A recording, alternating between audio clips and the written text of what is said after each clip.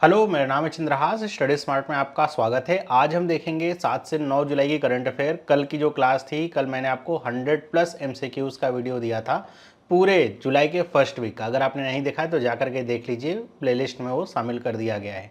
बाकी आज का करंट अफेयर आज हम देखेंगे, जिसमें हम बहुत सारी और न्यूज़ों को डिस्कस करेंगे और बैंकिंग अवेयरनेस को भी हम आज डिस्कस करेंगे। और आपको बैंकिंग अवेयरनेस के अगर जो कॉन्सेप्ट हैं पूरी तरीके से समझने हैं, जो कि आपको मेंस एग्जामिनेशन से लेकर के इंटरव्यू तक में काम आएंगे, तो आप हमारा ये कोर्स ले सकते हैं। बहुत ही कम कीमत पे उपलब्ध है स्टडी स्मार्ट के ऐप पे, जिससे आपको सब कुछ सीखने को मिल जाएगा। तो चलिए स्टार्ट करते हैं आज की क्लास। बाकी इसका पीडीएफ अगर आपको चाहिए तो आप हमारे टेलीग्राम चैनल को ज्वाइन कर लीजिए। वहाँ पे पीडीएफ डल जाता है हर एक वीडियोस का, तो वहाँ से आप ले सकते हैं रिवीजन के लिए। पहला क्वेश्चन आज का है कि जस्टिस विद्युत रंजन सारंगी कहाँ के नए चीफ जस्टिस बनाए गए हैं। इन्होंने शपथ ले ली है।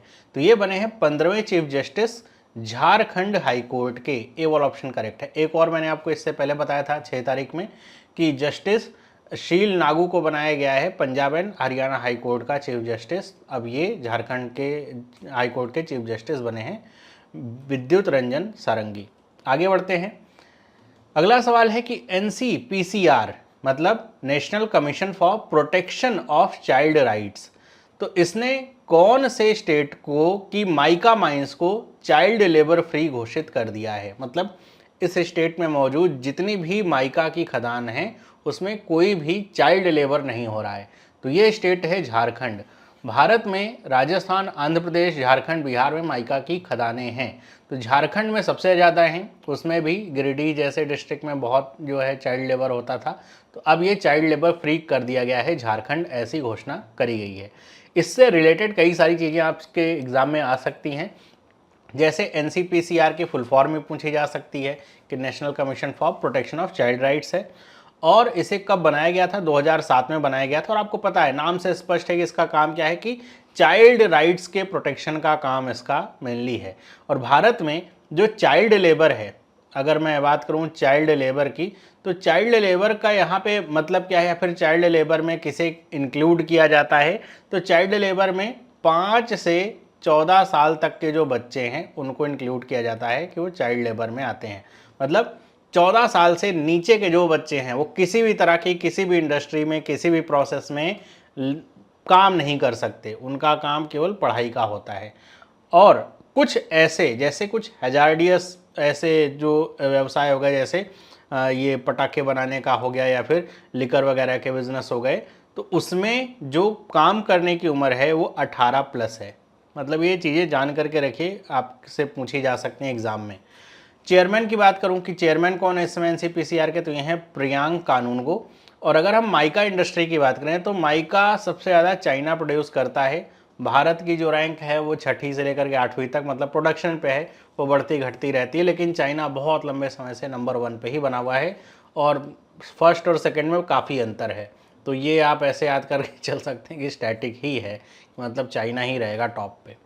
आगे बढ़ते हैं, अगला सवाल देखते हैं कि किसने ब्रिटिश ग्रैंड प्रिक्स का जो टाइटल है, बहुत ही थ्रिलिंग मैच हुआ था, वो जीता है। अगर आपने मैच नहीं देखा है तो यूट्यूब पे जाएंगे तो इसका आपको हाइलाइट्स का वीडियो मिल जाएगा। बहुत इंटरेस्टिंग मैच हुआ, जिसमें आखिरी तक जो मैकलेरन के नॉरिस सिंह नंबर 1 पे चल रहे थे, और आखिरी के समय में जो लुइस हैमिल्टन है, जो कि ब्रिटेन के नागरिक हैं और मर्सिडीज़ के लिए, कई बार एग्जाम में पूछता है कौन से कंपनी के लिए चलाते हैं या कौन सी कंपनी से रिलेटेड हैं, तो मर्सिडीज़ के लिए कार चलाते हैं। तो ये इन्होंने जीत लिया है ब्रिटिश ग्रैंड प्रिक्स।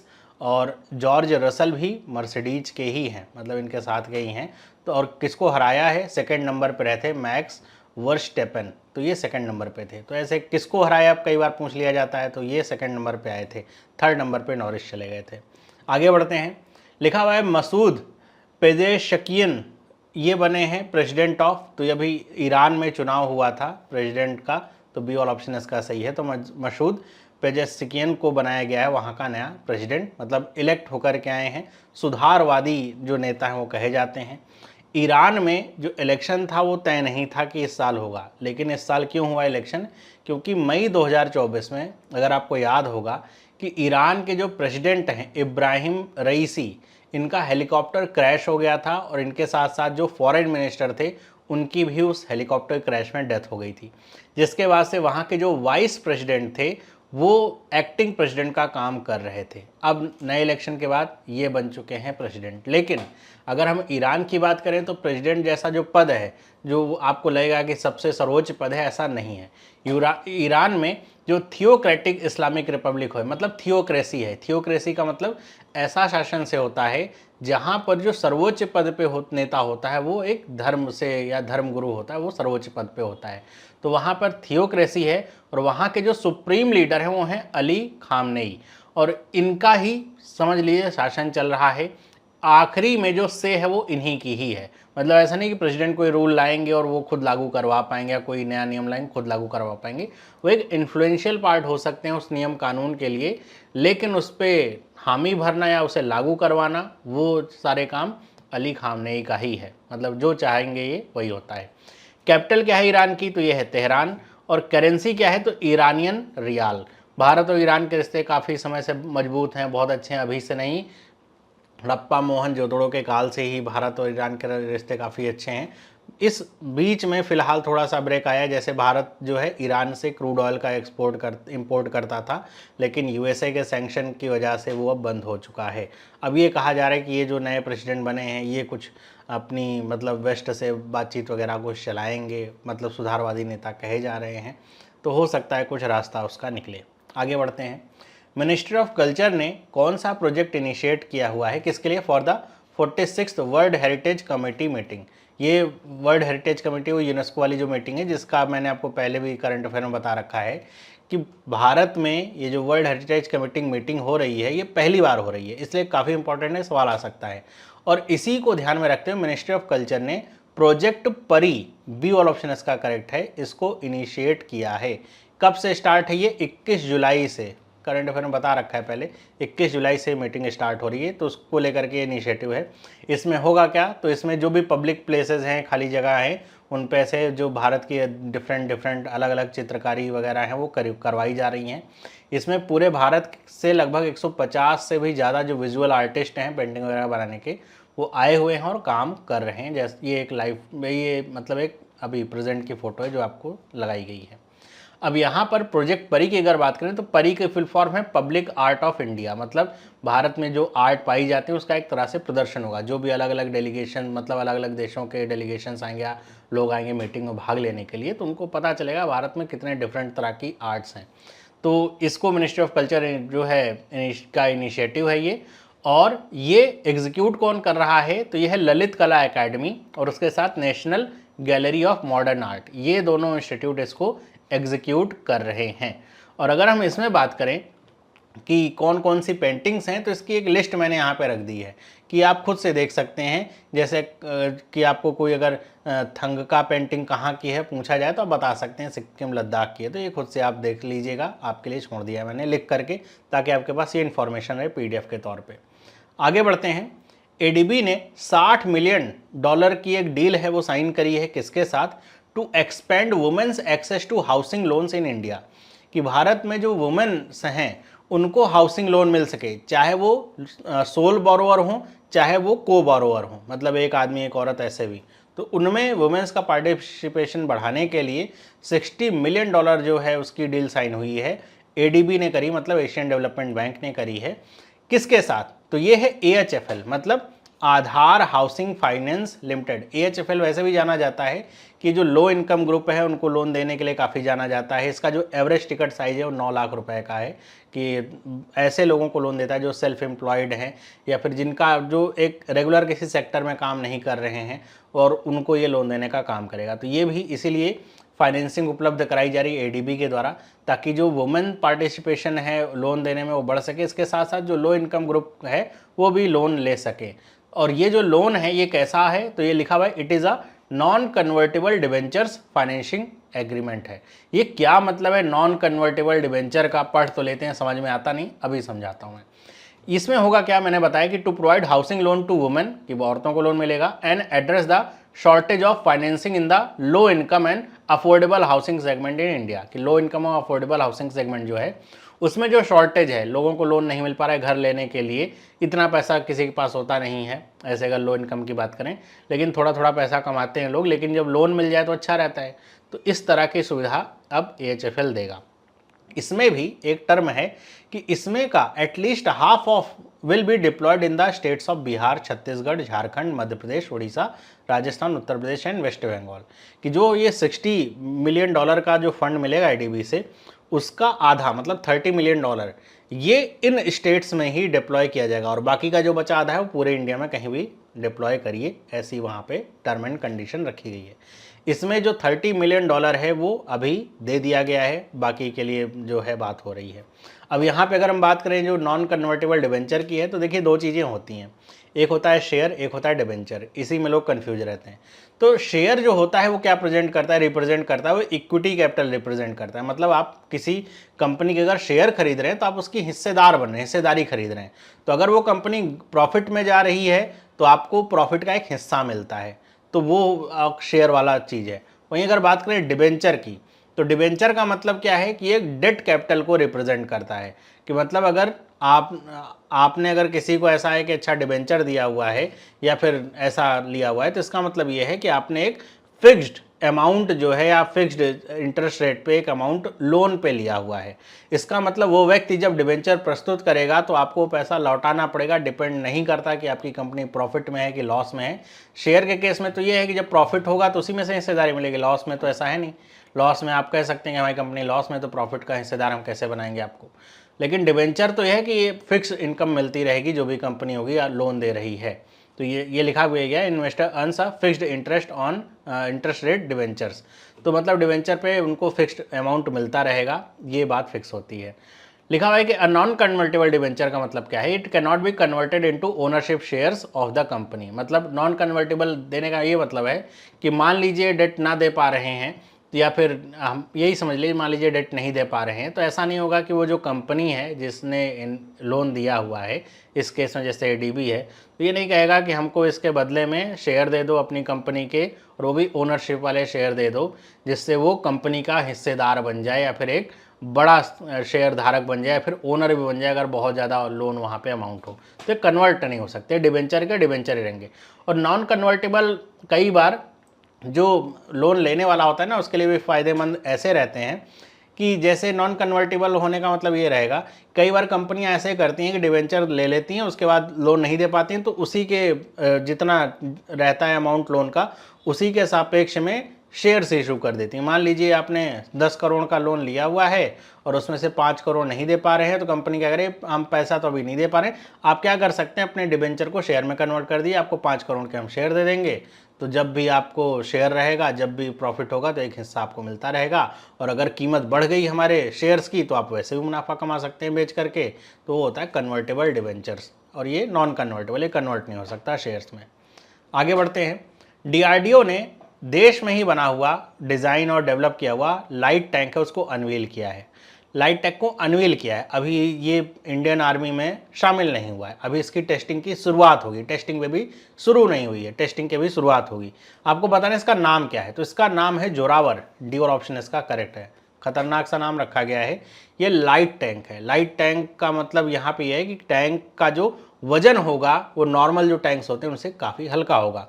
कितना हल्का होगा, तो लेस देन 25 टन, 25 टन से कम वेट का ये होगा। क्यों ऐसा किया जा रहा है, क्योंकि अभी जब 2020 से लेकर के बहुत सारी झड़पें हुई हैं, खास तौर पे लद्दाख में चीन के साथ में, तो ऐसी झड़पों में जो टैंक है उनकी कमी महसूस हुई इंडियन आर्मी को, और उसी के बाद इंडियन आर्मी ने 350 से अधिक जो इस तरह के टैंक्स हैं उनको बनाने का ऑर्डर दिया हुआ है, और इसी के बाद ये टैंक्स बनाए जा रहे हैं ताकि ये जो टैंक्स हैं ये ऊंचाई वाली जगह पे आसानी से डिप्लॉय किए जा सकें, लाइट वेट होंगे, बड़े आसानी से इस तरह के टेरेन में सर्वाइव कर पाएंगे और ऑपरेट कर पाएंगे, एक्सट्रीम वेदर कंडीशन को झेल पाएंगे, और इनको आसानी से एयर लिफ्ट भी करके भेजा जा सकता है। तो इसीलिए इन टैंकों की ज़रूरत पड़ रही है। किसने डेवलप किया है, तो डिफेंस रिसर्च डेवलपमेंट ऑर्गेनाइजेशन मतलब DRDO ने, किसके साथ, लार्सन एंड टर्बो के साथ, LNT के साथ मिलकर के इसको डेवलप किया है। तो DRDO के साथ LNT भी यहाँ पे आ रही है। अगर मैं बात करूं डीआरडीओ की, तो फुल फॉर्म तो आपको पता ही है डीआरडीओ क्या है। इसका हेडक्वार्टर न्यू दिल्ली में है और वर्तमान में इसके चेयरमैन कौन है? समीर वी कामत। आपको पता होगा मिनिस्ट्री ऑफ डिफेंस के अंतर्गत डीआरडीओ आती है और इसके काम धाम तो आप देख ही रहे हैं। एलिसा डी आंदा माद्राजो, ये मेक्सिको की हैं। इन्होंने कौन से ऑर्गेनाइजेशन की प्रेसिडेंसी एज्यूम करी, मतलब प्रेसिडेंट बनाई गई हैं? आईएमएफ, एफएटीएफ, एनडीबी या डब्ल्यूएमओ? तो ये बनाई गई एफएटीएफ। एफएटीएफ को लेकर के पिछले सप्ताह से लेकर के बहुत सारी न्यूज़ आ रही हैं, तो ये ध्यान रखिएगा एफएटीएफ को लेकर के जो न्यूज़ आ रही है उससे क्या क्या चीज़ें और पूछी जा सकती हैं। मैंने पिछले करंट अफेयर्स वगैरह में बता रखा है एफएटीएफ फुल फॉर्म क्या है, क्यों बनाया गया था और भारत इसका मेंबर है, और इसकी जो अलग अलग लिस्ट होती हैं, ग्रे लिस्ट का मतलब क्या है, ब्लैक लिस्ट का मतलब क्या है। और एक न्यूज़ और आई थी कि जो मुथूट फाइनेंस है इसको एनबीएफसी के तौर पे लिया गया था। अभी जब इवेल्युएशन हुआ था नवंबर 2023 में, भारत का हुआ था म्यूचुअल इवेल्युएशन, तो हो चुका है 2023 में, तो वो जो रिपोर्ट है वो आ चुकी है। और भारत एक ऐसा मेंबर है जो मतलब जो G20 के 4 देश हैं जिनका रेगुलर यहाँ पे इवेल्युएशन होता है, उसमें भारत भी आता है। तो ये सारी चीज़ें पहले के करंट अफेयर में बताई जा चुकी हैं। तो एफएटीएफ को ध्यान रखिएगा, इसकी बहुत न्यूज़ आ रही है आजकल। आगे बढ़ते हैं। किसने जीता है एशियन बिलियर्ड्स चैंपियनशिप 2024, जो कि आयोजित हुई थी कहाँ पे? तो एक नाम जब बिलियर्ड्स का होता है तो आता है किसका? पंकज आडवाणी का। 2 बार ये लगातार जीत चुके हैं बिलियर्ड्स, लेकिन तीसरी बार नहीं जीत पाए। इनको भारत के ही ध्रुव सितवाल ने हरा दिया। ए वाला ऑप्शन इसका सही है। फाइनल में यही 2 लोग थे और ध्रुव सितवाल ने हरा दिया, और ये रियाद मतलब सऊदी अरब में आयोजित हुई थी। ए वाला ऑप्शन इसका करेक्ट है। FSSAI ने अप्रूव किया एक प्रपोजल कि वो डिस्प्ले करेगा जो न्यूट्रिशनल इन्फॉर्मेशन है लेबलिंग की, मतलब कोई पैकेट होता है आप पीछे पलटेंगे तो उसमें न्यूट्रिशनल जो इन्फॉर्मेशन होती है वो होता है कि कितना इसमें शुगर है, कितना कैलोरी है, वो सारी चीज़ें।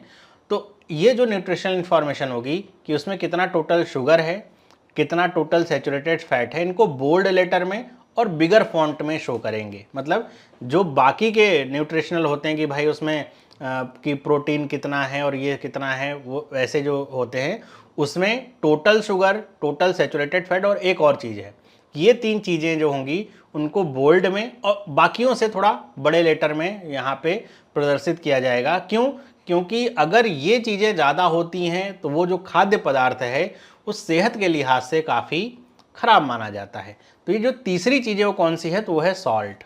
ए और सी वाला ऑप्शन इसका करेक्ट। आप सोचेंगे सॉल्ट कहाँ से? बहुत नुकसानदायक होता है। जो सोडियम है इतनी अधिक मात्रा में हमारे यहाँ लिया जाता है। जैसे आप कोई प्रोडक्ट ले लीजिए, सिर्फ ऐसा ही नहीं है कि हमारे रेगुलर खाने का, आप बाहर का कोई खाना लेते हैं, जैसे आप कोई भी नूडल्स वगैरह ले लेते हैं, तो उसमें भी जो अगर आप यूरोप को देखेंगे और भारत को देखेंगे तो कई कई जगह पे तो 3 गुना 4 गुना ज़्यादा सॉल्ट या कह लीजिए सोडियम का इस्तेमाल होता है भारतीय खानों में। और सोडियम जो है हमारी सेहत को बहुत नुकसान पहुँचाता है। अधिक मात्रा में कुछ भी लेते हैं नुकसान पहुँचाता ही है। तो ये जो सी वाला ऑप्शन इसका करेक्ट है, ध्यान रखिएगा। टोटल शुगर, टोटल सॉल्ट और टोटल सैचुरेटेड फैट, ये 3 चीज़ें रखी जाएंगी। इसके अलावा और भी कई सारे अमेंडमेंट इसमें किए गए थे। अगर हम FSSAI की बात करें तो फुल फॉर्म है इसका food safety and standards authority of India. इसका काम क्या है? जैसे आपको नाम से स्पष्ट है कि फूड सेफ्टी और स्टैंडर्ड्स को अथॉरिटाइज करती है, मतलब जो भी खाद्य पदार्थ हैं उनके क्या मानक होने चाहिए, क्या स्टैंडर्ड्स होने चाहिए, वो सारी चीज़ों का जो एक अथॉरिटी है वो ये संस्था करती है। इसके चेयरमैन कौन है? अपूर्व चंद्रा इसके चेयरमैन हैं। और यहाँ पे ये सारी चीज़ लिखा है कि FSSAI रेगुलेट करते regulates the manufacture, storage, distribution, sale and import of food articles while also establishing standards to ensure food safety. बहुत तरह के इसमें अमेंडमेंट आते हैं। जैसे आपको पता होना चाहिए कि पीछे आप किसी भी खाद्य पदार्थ को लेंगे, उसके पीछे पलटेंगे, लेबल को देखेंगे, तो जो लेबल में चीज़ें लगी होती हैं कि इसमें ये चीज़ें इतनी इतनी हैं, उसको भी बताया गया है कि वो एक डिक्रीजिंग ऑर्डर में होनी चाहिए। मतलब जो एलिमेंट या जो सब्सटेंस उसमें सबसे ज़्यादा है वो सबसे आगे रहेगा, उसके बाद जो उससे कम होगा वो होगा, ऐसे करके। ऐसा नहीं कोई रैंडमली प्लेस कर दिया जाए। पहले ये सब चीज़ें नहीं होती, लेकिन अब FSSAI के आने के वजह से ये चीज़ें थोड़ा और ज़्यादा सुगम या फिर कह लीजिए कुछ ज़्यादा ही एक्टिव हो चुका है। और इसके पीछे का जो रीज़न है वो जो हमारा जो परिवेश है वो तो है ही है कि जिस तरीके से हमारा परिवेश बदल रहा है, हम जितने ज़्यादा अवेयर हो रहे हैं खाने के प्रति और अपनी सेहत के प्रति, और इसके अलावा बहुत सारे इन्फ्लुएंसर्स की वजह से भी ये चीज़ें अब धीरे धीरे परिवर्तन में आ रही हैं, लोग थोड़ा जागरूक हो रहे हैं। और इसमें अमेंडमेंट में बताया गया है कि जो अमेंडमेंट किया गया इसका मतलब क्या है ताकि लोग न्यूट्रिशनल वैल्यू जो खा रहे हो पता चल सके कि उनकी न्यूट्रिशनल वैल्यू कैसी है और उसके अनुसार वो अपनी जो चॉइसेस हैं वो अपनी बदल सकें या फिर बना सकें और हेल्दियर डिसीजन वो ले सकें। मतलब FSSAI ये तो नहीं लिखेगा कि ये खा नहीं सकते, क्योंकि खा नहीं सकते उसका एक अलग स्टैंडर्ड है कि मैक्सिमम कितना सॉल्ट, कितना सैचुरेटेड फैट वो सब होना चाहिए, वो अलग है। लेकिन लोग अपना जो डिसीजन है वो ले सकते हैं कि अच्छा इसमें तो ज़्यादा सॉल्ट है, ज़्यादा इसमें सैचुरेटेड जो फैट है वो आ रहा है, तो वो लोग अपना डिसीजन, इसको लेकर के एक और डिसीजन आया था, ये मेरे ख्याल से पिछले साल की बात है, कि जितने भी जो मिठाइयाँ हैं उस पर ऐसी रेटिंग करी जाएगी वो कि कैलोरी के हिसाब से, तो जो जितना ज़्यादा सेहत के लिए अच्छी होगी उसको ऐसी रेटिंग मिलेगी। तो उसको लेकर के भी बहुत सारे दिन बवाल चला था, जैसे बहुत कुछ फेमस मिठाई रसगुल्ला वगैरह है तो बहुत मीठे होते हैं और बहुत ज़्यादा कैलोरी वाले होते हैं, तो उनको किसी को आधा स्टार मिल रहा था, किसी को 0 स्टार मिल रहा था, तो इसको लेकर के भी चीज़ें चल रही थी। तो ऐसे ही इनको भी आप याद रखिए कि अब ये भी कुछ स्टैंडर्ड्स और नए आए हैं। आगे बढ़ें, अगला है कि वर्ल्ड ज़ोनोसिस जो डे है वो कब सेलिब्रेट किया जाता है हर साल, तो इसको सेलिब्रेट किया जाता है 6 जुलाई को। अब नाम से स्पष्ट हो रहा है क्या कि किस चीज़ का डे है, तो ऐसा जू से रिलेटेड डे नहीं है, कई बच्चे समझें कि अच्छा चिड़ियाघर से रिलेटेड है क्या, नहीं। ये जो जोनोसिस है ये जोनोटिक डिजीज़ से रिलेटेड। जोनोटिक डिजीज़ का मतलब क्या होता है कि जोनोटिक डिजीज़ जो ऐसी डिजीज़ जो जानवरों से इंसानों में आए उनको कहा जाता है जोनोटिक, या इंसानों से जानवरों में चली जाए वो होती है जोनोटिक। तो वो डिजीज़ेज जो होती हैं उनको लेकर के जागरूकता पैदा करने के लिए ये दिवस मनाया जाता है। कौन कौन से हैं डिजीज़, जैसे रेबीज़ हो गई, एंथ्रैक्स हो गया, इन्फ्लुएंजा हो गया, H1N1, H5N1 मतलब जो बर्ड फ्लू वगैरह देखते हैं आप, निपा वायरस हो गया जो केरल में फैला था तो कई सारे लोगों की डेथ हुई थी, कोविड-19 हो गया, या फिर ब्रोसेलियस हो गया, या फिर ट्यूबरकुलोसिस हो गया, ये सब जानवरों से इंसानों में आती हैं। मतलब अगर कोई कुत्ता काट ले, जंगली जानवर काट ले, रेबीज़ होने का खतरा रहता है तो हम वैक्सीन लेते हैं। तो ये सब जो डिजीज़ हैं ये जोनोटिक हैं, मतलब ये जानवरों से इंसानों में ट्रांसफ़र हो जाती हैं। और इंडिया की अगर बात करें तो इंडिया में सिर्फ इंसान ही सबसे ज़्यादा नहीं है, इंडिया में जो लाइव स्टॉक है, मतलब जो पालतू जानवर हैं वो भी सबसे ज़्यादा है। कितना है, 536 मिलियन लाइव स्टॉक्स हैं इंडिया में, और 851 मिलियन पोल्ट्रीज़ हैं। तो ये इंडिया में सबसे ज़्यादा है। तो इसका मतलब ये है कि जोनोटिक डिजीज़ से जो खतरा है वो भी इंडिया में सबसे ज़्यादा है। भाई जहाँ लाइफ स्टॉक सबसे ज़्यादा वहाँ खतरा सबसे ज़्यादा, तो थोड़ा अगर हम अवेयर रहेंगे चीज़ों से तो ज़्यादा बेहतर है। और इंडिया में ये भी बताया जा रहा है, मतलब इसी से रिलेटेड है, कि इंडिया लार्जेस्ट प्रोड्यूसर है मिल्क का और सेकंड लार्जेस्ट प्रोड्यूसर है एग्स का ग्लोबली। पूरे विश्व में सबसे ज़्यादा मिल्क हमारे यहाँ ही होता है। पहले इसमें डेनमार्क नंबर 1 पे था शायद, और अब क्या है, ये इंडिया है। इंडिया नंबर 1 पे इसमें पहुँच चुका है। बहुत सारी डिजीज़ ऐसी भी होती हैं जो जोनोटिक नहीं होती हैं। मतलब ऐसा है कि जानवरों में जो डिजीज़ होगी अगर आप उस जानवर के संपर्क में आएंगे, जरूरी नहीं कि आपको हो जाए। जैसे एक रोग होता है फुट एंड माउथ डिजीज़, जो कि गाय भैंसों में बहुत पाया जाता है और उससे बहुत ज़्यादा डेथ भी होती है। तो वो इंसानों में नहीं फैल सकता, आप कितना भी संपर्क में रहें तो वो फैल नहीं सकता। लेकिन अब ऐसी भी डिजीज़ आ रही हैं जो पहले नहीं फैलती थी लेकिन अब फैल रही हैं, तो उनको लेकर के भी अब खतरा नया बन रहा है। इसीलिए इस तरह के जो डेज होते हैं मनाए जाते हैं, और इसके ऊपर WHO पूरा काम भी कर रहा है। एक तो मेरे ख्याल से पिछले या में 2022 की बात है, एक इसको लेकर के एक नया अलायंस भी कुछ बनाया गया था ताकि इस तरह की चीज़ों को ट्रैक कर सके कोविड-19 के बाद। अभी याद नहीं आ रहा है, याद आएगा तो आपको बताऊंगा। आगे बढ़ते हैं। यूनियन कैबिनेट ने अप्रूव किया है, इंडिया साइन करने वाला है बायोडाइवर्सिटी बियॉन्ड नेशनल एग्रीमेंट, और इसका फुल फॉर्म क्या है आपको यहाँ पे शॉर्ट में दे दिया गया है, BBNJ। तो जो BBNJ इसमें J का मतलब क्या है, तो बायोडाइवर्सिटी बियॉन्ड नेशनल, तो इसका है नेशनल ज्यूरिडिक्शन, बी वाला ऑप्शन सही है। कि ये जो बायोडाइवर्सिटी है जो भी नेशनल ज्यूरिडिक्शन के बाहर है उसको प्रोटेक्ट करने के लिए ये जो इंडिया साइन कर रहा है, एग्रीमेंट साइन कर रहा है। ये एग्रीमेंट आखिर है क्या और इसका मतलब क्या होगा, तो BBNJ एग्रीमेंट है, इसको हाई सीज ट्रीटी भी कहा जाता है। ध्यान रखिएगा, हाई सीज का मतलब ये होता है, या हाई सी अगर कहीं भी टर्म आता है इसका मतलब ये है कि मान लीजिए जैसे इंडिया का ये वाला पोर्शन है जो समुद्र से घिरा हुआ है, तो इंडिया की बाउंड्री ना इसके बाहर भी है। मतलब जो इंडिया से बाहर जो समुद्र वाला पार्ट है वो भी इंडिया के अंतर्गत ही आता है, लेकिन उसके बाद क्या है कि वो एक ऐसा पार्ट है जो किसी भी देश का पार्ट नहीं है। तो ये जो एरिया जो किसी भी देश का पार्ट नहीं है समुद्र का, इसको हाई सीज कहा जाता है। तो ये जो BBNJ एग्रीमेंट है वो उसी हाई सीज में आने वाली बायोडाइवर्सिटी को लेकर के है। और इसको इम्प्लीमेंट कौन करवा रहा है, तो ये है United Nations convention on laws of seas, UNCLOS। Full form है, शॉर्ट फॉर्म भी है। तो ये संस्था इसको इम्प्लीमेंट करवा रही है और इसका एम क्या है, तो लिखा है it aims to address growing concern over the long term protection of marine biodiversity in the high seas. जो हाई सीज हैं उसमें जो मरीन बायोडाइवर्सिटी, ये भी याद रखिएगा, मरीन बायोडाइवर्सिटी से रिलेटेड है, समुद्र के अंदर जो डाइवर्सिटी बायोडाइवर्सिटी उसको लेकर के है, उसके प्रोटेक्शन को लेकर के है कि उसमें जो जो चीज़ें ऐसी हो रही हैं, बहुत सारी चीज़। अभी तो हमने देखा था एक स्कीम भी इंडिया ने कुछ लॉन्च करी थी, पिछले साल की बात है, कि मरीन बायोडाइवर्सिटी को इम्प्रूव करने के लिए कई बार मछुआरे जाते हैं, जाल वगैरह फेंक देते हैं समुद्र में ही, तो वो जो जाल है नीचे जाते हैं तो जो कोरल रीफ्स वगैरह होती है ना, उनको नुकसान पहुंचाते हैं। तो उसको लेकर के कि वो अवेयरनेस फैलाई जाए मछुआरों के बीच में, तो एक कुछ मिशन लॉन्च ऐसा किया था। लेकिन वो जो मिशन था वो इंडिया की टेरिटरी के अंतर्गत ही लागू होगा। लेकिन इसके तहत जो भी नए नए रिकमेंडेशंस आते हैं क्या करना चाहिए, वो हमारी सीमा के बाहर को लेकर के सारी चीज़ें हैं। इसमें लिखा है कि पार्टीज कैन नॉट क्लेम और exercise sovereign rights over the marine resources derived from the high seas and ensure fair and equitable sharing of benefits.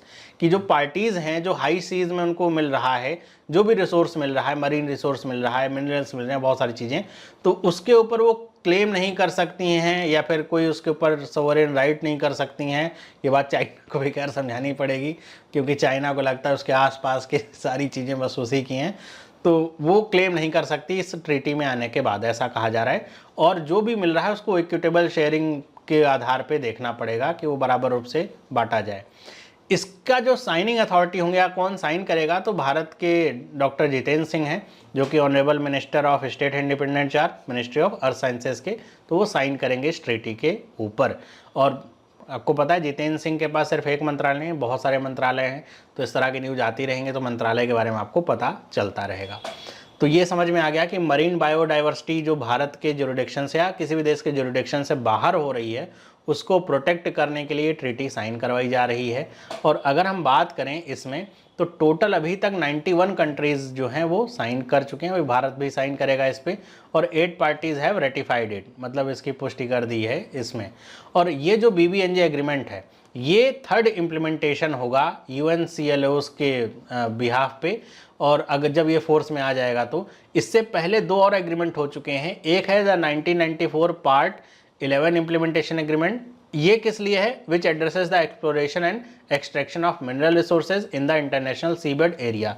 कि इंटरनेशनल सीबेड में जो भी मिनरल रिसोर्सेज पाए जा रहे हैं उनका एक्सप्लोरेशन और एक्सट्रैक्शन को लेकर के जो एग्रीमेंट है, कि अगर कुछ पाया जाता है इंटरनेशनल सी में तो वो कैसे, उसको कैसे ट्रीट किया जाएगा, उसको लेकर के एग्रीमेंट है ये। और दूसरा जो एग्रीमेंट है 1995 का UN fish stocks agreement, which addresses the conservation and management of straddling and highly migrated fish stocks. कि मतलब जो ऐसी फिश हैं जो बहुत ज़्यादा माइग्रेटरी हैं या फिर बहुत ज़्यादा स्ट्रैंडलिंग हैं, तो उनको लेकर के ये 1995 का UN फिश स्टॉक एग्रीमेंट है। तो ये 2 एग्रीमेंट पहले हो चुके हैं, ये तीसरा एग्रीमेंट है BBNJ के रूप में, तो ये बताया जा रहा है। आगे बढ़ते हैं। गवर्नमेंट ने रीओपन कर दी है application window for PLI scheme, और किसके लिए है ये जो रीओपन किया गया है, 90 दिन के लिए ओपन है, 15 जुलाई 2024 से लेकर के चलेगा 12 अक्टूबर तक। यहाँ पे लिखा नहीं है, लिख देता हूँ मैं, 15 जुलाई से 12 अक्टूबर 2024 तक ये चलेगा। तो ये किसके लिए है, तो ये है वाइट गुड्स के लिए, डी वाला ऑप्शन सही है। तो PLI स्कीम क्या है, वाइट गुड्स में क्या आते हैं वो समझ लीजिए, बस खत्म है इसकी बात। तो ये जो PLI स्कीम है तो अभी हम बताते हैं आपको, इसका फुल फॉर्म होता है प्रोडक्शन लिंक्ड इंसेंटिव, या PLI बता दें। मतलब ये है कि PLI स्कीम भारत चलाता है, क्यों, ताकि देश में प्रोडक्शन हो सके, मैन्युफैक्चरिंग हो सके गुड्स की। और अगर कोई भी मैन्युफैक्चरिंग होगी तो उससे होगा क्या कि उसको मैन्युफैक्चर करने के लिए मैन पावर चाहिए, तो देश में जो जॉब्स हैं उनकी संख्या बढ़ेगी, और भारत से ही अगर मैन्युफैक्चर होंगी गुड्स तो जो इंपोर्ट है उसमें कमी आएगी। तो बहुत सारे फायदे होते हैं इसके, तो उसी के लिए PLI स्कीम चलाई जाती है। प्रोडक्शन लिंक्ड इंसेंटिव है, ये एक तरह का रिवॉर्ड सिस्टम है कि जितना ज़्यादा इसमें भारत में प्रोडक्शन होंगे गुड्स का, उनकी जितनी एक्स्ट्रा सेल होगी उसके आधार पे भारत सरकार कंपनियों को रिवॉर्ड देती है कि आपको ये, मतलब आपने इतनी सेल करी है एक्स्ट्रा तो आपको ये रिवॉर्ड मिलेगा क्योंकि आपने भारत में ही मैन्युफैक्चर करके बेचा है। तो इस तरह की एक स्कीम है ताकि कंपनियों को उत्साहित किया जा सके कि भारत में ही मैन्युफैक्चर करें चीज़ों को। और अगर हम बात करें वाइट गुड्स की, तो इसमें कौन क्या चीज़ें आती हैं, जैसे ACs आ गई और LED लाइट्स होती हैं, तो इनको वाइट गुड्स कहा जाता है। पीएलआई स्कीम हर एक क्षेत्र के लिए है, मैं ऑटोमोबाइल्स के लिए भी है और मैंने फार्मास्यूटिकल्स के लिए भी है, वाइट गुड्स के लिए भी है, लेकिन उसके एक समय सीमा है। वाइट गुड्स के लिए इसको जो है रीओपन किया गया है और 90 दिन के अंदर अब इसमें जो भी आउटले रखा गया है जो 6,238 करोड़ रुपए का, ये 7 साल चलने वाली स्कीम है, फाइनेंशियल ईयर 2022 से 29 तक चलेगी। तो इसके अंतर्गत और भी जो कंपनियां अभी तक शामिल नहीं हुई थी पीएलआई स्कीम में, वो अब इसमें आ सकें। आप कोई भी ऐसे भी वर्तमान समय में आप खरीदते हैं टाटा वगैरह की छोड़ करके, तो आप देखेंगे उसके ऊपर यही लिखा रहता है मेड इन चाइना। तो मेड इन चाइना होने की वजह से है क्या कि चाइना से ऐसी बन करके भारत में आ रही है, मतलब मैन्युफैक्चरिंग वहाँ हो रही है, मजदूर वहाँ के लग रहे हैं, वहाँ पे क्या मिल रही, जॉब्स मिल रही हैं, हम खरीद रहे हैं, इंपोर्ट करें, एक तो कीमत भी ज़्यादा हो रही है और हमारे देश को उतना कुछ फ़ायदा नहीं हो रहा है। तो अब अगर मैन्युफैक्चर भी होगा भारत में तो ज़्यादा बेटर है। और ये जो पीएलआई स्कीम है 2021 से चल रही है, अप्रैल 2021 से, और ये सब मैंने आपको बता दिया। For white goods for manufacturing components and sub assemblies of air conditioners and LED lights, white goods में ये सारी चीज़ें आती हैं। फिर हम बढ़ते हैं कुछ वन लाइनर्स पे। जैसे पहला वन लाइनर है कि डॉक्टर जितेंद्र सिंह ने ही कहा है कि दिल्ली को एक मैसिव अपग्रेडेशन मिलने वाला है weather and rain forecast system का, कि दिल्ली एनसीआर के आसपास जो वेदर और रेन फोरकास्ट सिस्टम है उसको लेकर के बहुत सारे जो ऑटोमेटिक वेदर फोरकास्ट वाले जो सिस्टम्स हैं वो लगाए जाएंगे। अभी जिनकी संख्या लिमिटेड, उनको काफ़ी ज़्यादा बढ़ाया जाएगा और इसके लिए एक हाई परफॉर्मेंस कंप्यूटिंग सिस्टम लगाया जाएगा with capacity of 20 petaflops will be installed as a part of upgradation. IMD को ये मतलब मिलेगा ताकि जो वेदर प्रोडिक्शन है वो अच्छा ही तरीके से, एक सुपर कंप्यूटर है, किया जा सके उसके लिए। इसी में एक और न्यूज आती है, मतलब इससे रिलेटेड नहीं है, ये union minister doctor Jitendra Singh से रिलेटेड है, कि इन्होंने लॉन्च किया है Indo French liver and metabolic disease network. इसका शॉर्ट में इन्फ्लीमेन ऐसे करके नाम है। ये किसके लिए है? A virtual node to prevent and cure metabolic liver diseases at institute of liver and biliary sciences. तो मतलब ये है, इस मतलब एक रिपोर्ट के आधार पर इन्होंने बताया था, इसमें लिखा हुआ था कि 3 में से एक जो भारतीय है उसको फैटी लीवर डिजीज़ है। अब फैटी लीवर डिजीज़ क्या कहेंगे, फैटी लीवर कंडीशन है। फैटी लीवर कंडीशन दो होती है, मतलब एक तो अल्कोहलिक हो गई कि अगर आप ज़्यादा अल्कोहल का सेवन करें तो फैटी लीवर होता है। एक नॉन अल्कोहलिक भी होती है, मतलब आप किसी भी तरह के लिकर का सेवन नहीं कर रहे हैं, अल्कोहल का सेवन नहीं कर रहे हैं, फिर भी आपको फैटी लीवर होता है, उसके ओबेसिटी की वजह से, या फिर आप बहुत ज़्यादा तला भुना खा रहे हैं, बहुत ज़्यादा बाहर का खाना खाते हैं, उसकी वजह से भी। तो भारत में हर तीन में से एक भारतीय को फैटी लीवर डिजीज़ या फैटी लीवर कंडीशन है, और इसके प्रति अवेयरनेस फैलाने के लिए और इसको क्योर करने के लिए इस तरह की चीज़ें इस्टेब्लिश हो रही हैं। तो ये तरह करंट अफेयर। अब स्टार्ट करते हैं कुछ बैंकिंग अवेयरनेस। एक सवाल मैंने आपसे पिछले क्लास में पूछा था, मतलब 6 तारीख को, कि जो स्विफ्ट है acronym for society for world wide dash financial telecommunication, तो ये आई का मतलब इसमें क्या है? तो इसका सही जवाब देखिए 3 बच्चों ने दिया है। आपसे जो भी सवाल पूछा जाए जवाब देंगे तो आपका नाम भी आएगा। यह है ए वाला, इंटर बैंक। इंट्रा का मतलब क्या होता है? इंट्रा भी हो सकता है। इंट्रा का मतलब जब एक, जैसे एसबीआई के अंतर्गत ही अगर ट्रांसफर हो रहा है फंड का तो इंट्रा बैंक हो गया। एसबीआई से पीएनबी या एसबीआई से किसी और बैंक में ट्रांसफर हो तो इंटर बैंक कहलाएगा। तो ये जो स्विफ्ट है कैसे काम करता है? आईएफएससी की तरह ही काम करता है। जैसे आपको आईएफएससी नंबर की जरूरत पड़ती है किसी भी बैंक में पैसा भेजने के लिए ऑनलाइन, ताकि ये पता चल सके कौन सी ब्रांच, कौन से बैंक की कौन सी ब्रांच में पैसा जाना है, वैसे स्विफ्ट काम करता है जब आपको विदेश में पैसा भेजना है या फिर विदेश से पैसा मंगाना है, ताकि ये पता चल सके कौन सा बैंक है, किस देश में स्थित है और उसकी हेड ब्रांच कहाँ पे है, वहाँ पे पैसा भेजा जा सके। तो उसके लिए स्विफ्ट का इस्तेमाल होता है। थोड़ी और चीज़ें समझ लीजिए। जो स्विफ्ट कोड है इसको बिजनेस आइडेंटिफायर कोड के नाम से भी जाना जाता है। किस लिए यूज किया जाता है? It's use to identify banks and financial institution globally. सिर्फ इंडिया में काम नहीं करता। स्विफ्ट कोड एक पूरे ग्लोबल नेटवर्क का पार्ट होता है स्विफ्ट कोड। लिखा है स्विफ्ट या BIC 8 से 11 कैरेक्टर का हो सकता है, और इससे क्या पता चलता है? आपकी कंट्री, सिटी, बैंक और ब्रांच पता चल पाती है, कौन सी बैंक की कौन सी ब्रांच में पैसा जाना है। जैसे एक एग्जांपल देखिए, ये एक लिखा हुआ है स्विफ्ट कोड SBI की लखनऊ की ब्रांच है। तो इसमें जो पहले 4 लेटर होते हैं, जैसे SBIN, ये क्या डिनोट करते हैं? बैंक को डिनोट करते हैं।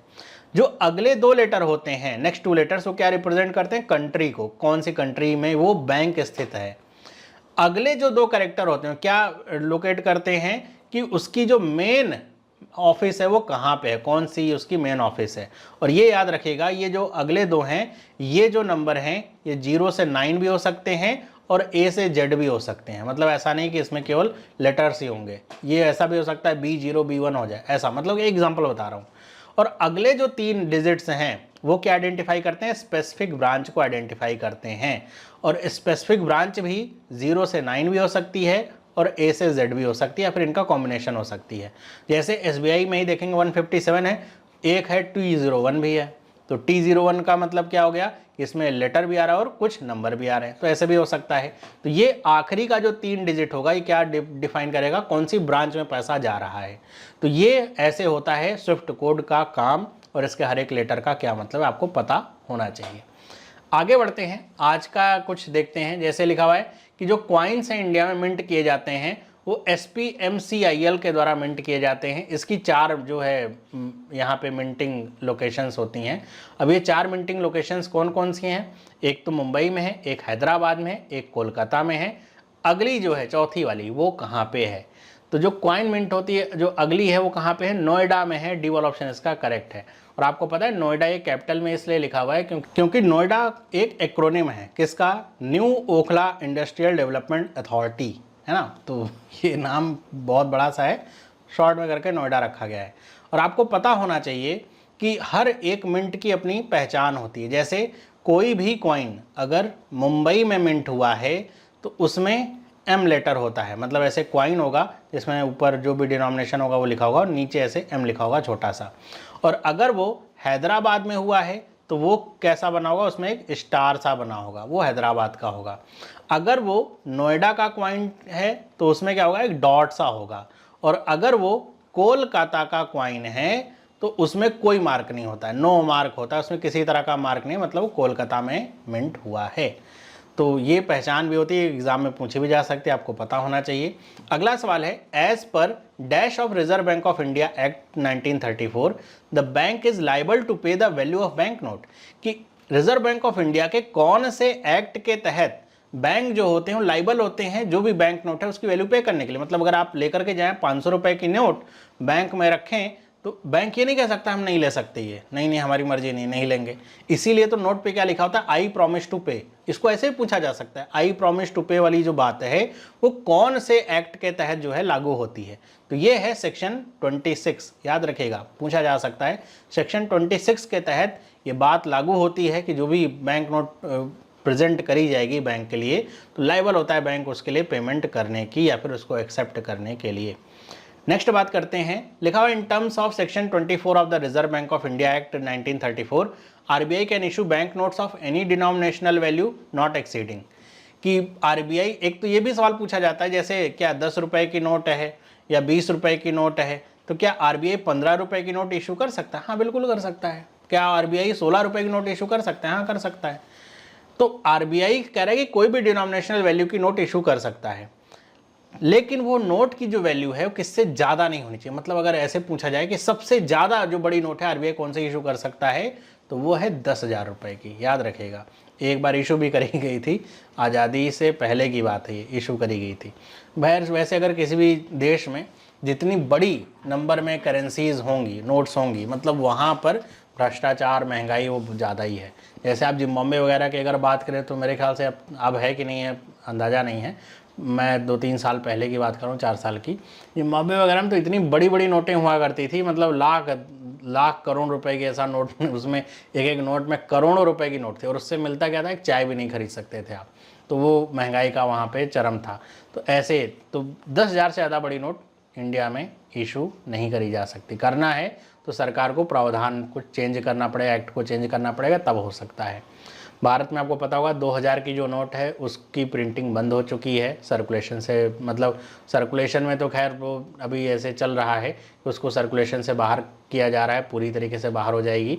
और जो मैक्सिमम जो सबसे बड़ी नोट भारत में अब चलेगी वो कौन सी है, 500 की। इसके लिए आरबीआई ने लास्ट डेट भी रखी थी, पिछले साल तक की लास्ट डेट थी कि आपके पास 2000 रुपये की नोट है तो आप उसे जमा करके उसको बदल सकते हैं। लास्ट डेट बीत चुकी है, तो अगर आपके पास अभी भी है तो अभी भी बदली जा सकती है, मेरे ख्याल से अभी डेट है। लेकिन वो केवल आरबीआई की ऑफिस में या फिर जहाँ भी आरबीआई की हेड ऑफिस है, हेड ऑफिस से या फिर जो ऑफिस अलग अलग जगह पे खुले थे वहाँ से आप बदल सकते हैं। उससे पहले जो लास्ट डेट थी आप किसी भी बैंक से बदल सकते थे। यहाँ पर एक और सवाल आता है बड़ा इंटरेस्टिंग सा सवाल है और मैं चाहूँगा कि इसका जवाब आप दीजिएगा कमेंट करके कि जो प्रिंटिंग नोट लिखा है, printing of notes in denomination of dash has been discontinued but these bank notes continue to be a legal tender. कि अब 2000 का तो मैंने आपको बता ही दिया कि उसको प्रिंटिंग डिसकंटिन्यूड है, तो उसको छोड़ करके लिखा हुआ है कि कौन सी वो नोट हैं जिनकी जो प्रिंटिंग है वो तो बंद हो चुकी है लेकिन अभी भी वो लीगल टेंडर है, मतलब एक्सेप्ट करी जा रही हैं, जो भी बची हुई हैं सर्कुलेशन में है। तो इसका जवाब कमेंट करके बताइएगा क्या है इसका सही जवाब। जिन बच्चों का जवाब सही होगा हम कल की क्लास में या जो परसों की क्लास होगी उसमें हम उनके जवाब दिखाएंगे आपको और इसका एक्सप्लेनेशन भी देंगे कौन सी वो नोट है। बाकी आज का सेशन अगर आपको अच्छा लगा है तो सेशन को लाइक करिए, ज़्यादा लाइक्स करेंगे तो ज़्यादा मज़ा आता है पढ़ाने में भी और अगली क्लास लेने में भी। लाइक का मैं टारगेट रख रहा हूँ 20 लाइक्स का, अगर आप करेंगे तो बहुत अच्छा लगेगा। बाकी अगर आपको इसका PDF चाहिए तो आप टेलीग्राम चैनल पे जा सकते हैं, वहाँ से आपको इसका PDF मिल जाएगा, डाउनलोड कर सकते हैं। मिलते हैं अगली क्लास में, सभी लोगों को बाय।